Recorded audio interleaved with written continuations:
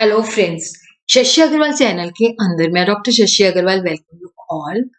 आज का जो हमारा सब्जेक्ट है that is the introductory macro economics, और जिसके अंदर we are going to conclude our topic government budget and the economy. This is the second part जिसके अंदर we are going to understand the various types of the budget deficit, also going to understand the implication of the surplus budget, deficit budget and the balance budget. अगर आपको मेरा ये effort सही लगता है तो डू लाइक माय वीडियो, इसको share कीजिए और मेरे चैनल शशि अग्रवाल को सब्सक्राइब कीजिए। So this is my app, Edusum app, जिसको आप गूगल प्ले स्टोर से डाउनलोड कर सकते हो। ये जो ऐप है काफी सारा फ्री स्टडी मटेरियल और काफी सारे मॉक टेस्ट जो है commerce, economics and management students को प्रोवाइड करती है। उसी तरह +2 इकोनॉमिक्स और +2 कॉमर्स स्टूडेंट्स के लिए काफी सारे मॉक टेस्ट हैं और काफी सारे स्ट्रक्चर कोर्सेज भी अवेलेबल हैं। तो सबसे पहले हम देखते हैं कि बजट डेफिसिट का मतलब क्या होता है। देखो, डेफिसिट का मतलब होता है घाटा। घाटा कब होता है? जब हमारा एक्सपेंडिचर ज्यादा होता है, रेवेन्यू कम होता है। और जब हम गवर्नमेंट के घाटे की, गवर्नमेंट के डेफिसिट की बात करते हैं, तो इसका मतलब होता है कि जो गवर्नमेंट का बजटेड एक्सपेंडिचर है वो बजटेड रिसीट से ज्यादा है। जब हमारा खर्चा ज्यादा है और आमदन, जो रिसीट्स हैं, जो आमदन है वो कम है। एक्सेस ऑफ टोटल एक्सपेंडिचर, जब हम टोटल एक्सपेंडिचर की बात करते हैं तो इसके अंदर रेवेन्यू एक्सपेंडिचर भी आ जाता है, कैपिटल एक्सपेंडिचर भी आ जाता है। तो हमारा टोटल एक्सपेंडिचर जो है टोटल रिसीट, और टोटल रिसीट के अंदर भी revenue receipt and capital receipts आ जाती हैं। तो total expenditure is more than the total receipt, तब हम कहते हैं कि गवर्नमेंट को घाटा हुआ है। And budget deficit means total expenditure including revenue expenditure and capital expenditure minus total receipt including revenue receipt and capital receipt। तो हमारा expenditure जो है receipt से ज्यादा है। So various types of budget deficit: revenue deficit, fiscal deficit and the primary deficit। Now we will understand what is the meaning of revenue deficit। देखो, revenue deficit का मतलब है कि जब हमारा revenue expenditure जो है that is more than the revenue receipt, तो हम कहते हैं कि हमें revenue deficit है। देखो, यहाँ पे जब रेवेन्यू डेफिसिट हमारा ज्यादा है तो जो गवर्नमेंट है उसको चॉइस करनी पड़ती है कि कौन सा एक्सपेंडिचर उसने करना है और कौन सा एक्सपेंडिचर उसको जो है कट करना है। और उसी तरह गवर्नमेंट अगर वहां पे एक्सपेंडिचर कट नहीं कर सकती तो उसे बोरिंग करनी पड़ती है ताकि वो अपना काम जो है कर सके। और उसी तरह गवर्नमेंट जो है अपने एसेट जो है सेल करके भी फंड जो है रेज कर सकती है।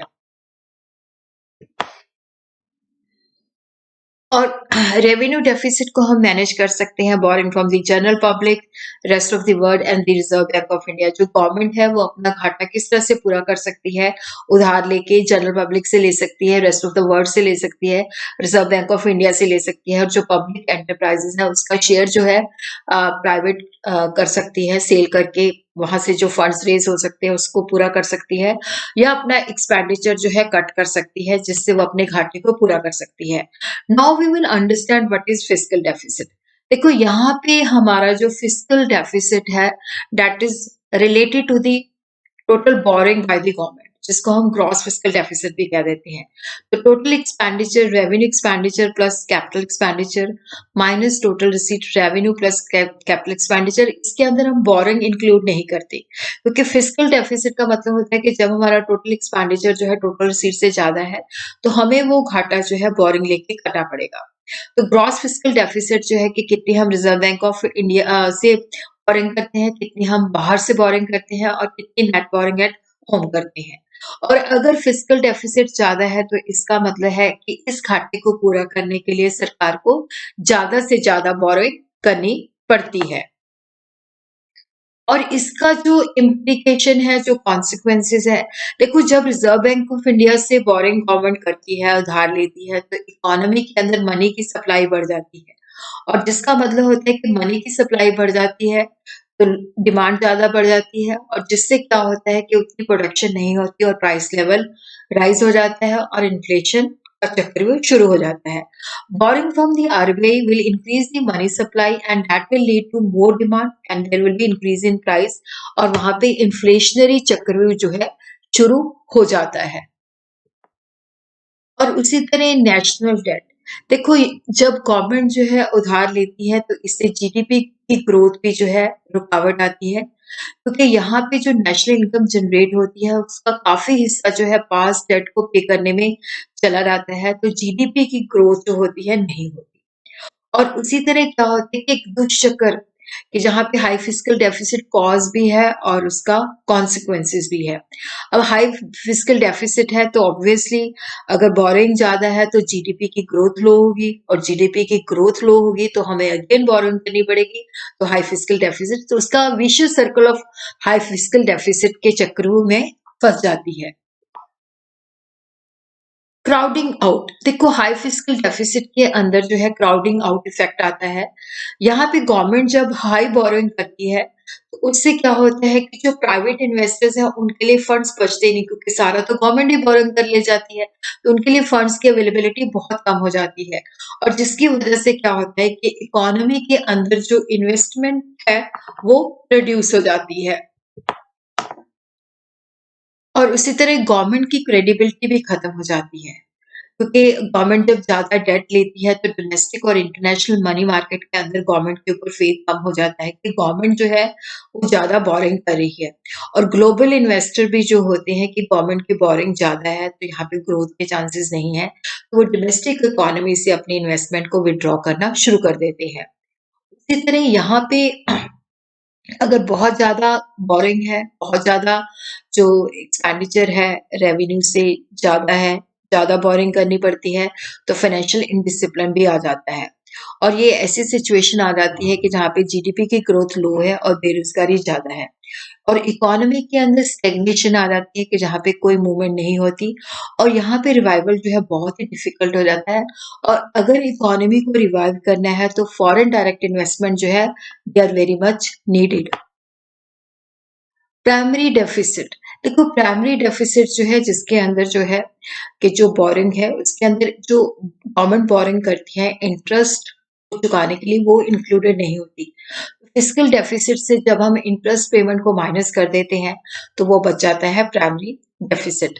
प्राइमरी डेफिसिट जो है वो इंटरेस्ट को छोड़ के, इंटरेस्ट पेमेंट की बोरिंग को छोड़ के जो वैसे बोरिंग रिक्वायरमेंट होती है उसको दिखाता है।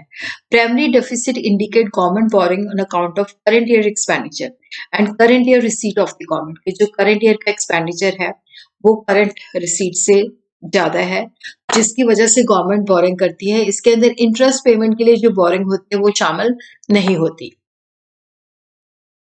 और अब हम देखते हैं प्राइमरी डेफिसिट की इम्प्लीकेशन क्या है। देखो ये सेम है जैसे फिस्कल डेफिसिट की है कि क्रेडिबिलिटी खत्म हो जाती है, इन्फ्लेशन फैल जाती है, और रिवाइवल तभी पॉसिबल है अगर फॉरेन डायरेक्ट इन्वेस्टमेंट है। बट प्राइमरी डेफिसिट के अंदर जो है लोड ऑफ इंटरेस्ट नहीं होता, तो यहाँ पे होता है कि जब हमारा करंट ईयर का एक्सपेंडिचर जो है करंट ईयर के रेवेन्यू से ज्यादा होता है। जीरो प्राइमरी डेफिसिट का मतलब होता है कि बोरिंग जो है only to clear the existing backlog of interest payment, तो ये साइन ऑफ फिस्कल डिसिप्लिन है। Now we will understand the implication and significance of the balanced and unbalanced budget. देखो बैलेंस्ड बजट जैसे कि नाम से ही पता चल रहा है कि संतुलित budget, total expenditure is equal to total receipt. यहाँ पे क्या है कि जितनी रिसीट्स है उसके अकॉर्डिंगली हम एक्सपेंडिचर कर रहे हैं। तो देखो इसका जो मेरिट है, इसका जो बेनिफिट है, जब इकोनॉमी के अंदर बैलेंस बजट होता है तो इट मीन्स कि जितना रिसीट है उसके मुताबिक हम एक्सपेंडिचर करें तो कोई वेस्टफुल एक्सपेंडिचर नहीं है, और फाइनेंशियल डिसिप्लिन भी रहता है कि रिसीट के मुताबिक हमने खर्चा किया है। डीमेरिट ये होता है कि बेरोजगारी की प्रॉब्लम को ये कोई सोल्यूशन नहीं देता, और जो लेस डेवलप्ड इकोनॉमी है क्योंकि वहां पे क्या होता है कि ज्यादा एक्सपेंडिचर चाहिए होता है इकोनॉमी की ग्रोथ के लिए, तो बैलेंस बजट जो है सुटेबल नहीं है लेस डेवलप्ड इकोनॉमी को। अनबैलेंस्ड बजट होता है जहां पे रिसीट और एक्सपेंडिचर के अंदर जो है इक्वालिटी नहीं होती।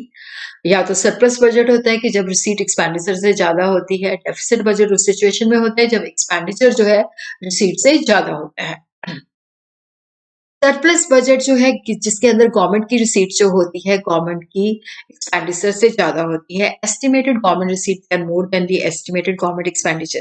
तो इसका बेनिफिट ये होता है कि देखो जब इकोनॉमी के अंदर इन्फ्लेशन होता है, और इन्फ्लेशन इस वजह से उत्पन्न होती है क्योंकि एक्सेस डिमांड होती है, तो ये इन्फ्लेशन को खत्म करने की कोशिश करती है। तो यहाँ पे क्या होता है कि गवर्नमेंट ज़्यादा टैक्स लगाती है, तो गवर्नमेंट के पास टैक्स से रेवेन्यू कलेक्शन ज़्यादा होती है और गवर्नमेंट अपना एक्सपेंडिचर भी कम करती है, तो जिसकी वजह से वो इन्फ्लेशन को कंट्रोल करने की कोशिश करती है। लेकिन इसका कुछ नुकसान भी होता है, इससे इकोनॉमी के अंदर क्या होता है कि देखो जब डिमांड ही नहीं रहेगी, तो वो मतलब lower the level of aggregate demand, तो इकोनॉमी के अंदर जो बेसिकली क्या है कि कोई हलचल नहीं होती, एग्रीगेट डिमांड कम होनी शुरू हो जाती है, जिसकी वजह से बेरोजगारी होती है, लो लेवल ऑफ इक्विलिब्रियम होता है और ये जो बजट है डिप्रेशन के दौरान सुटेबल नहीं है।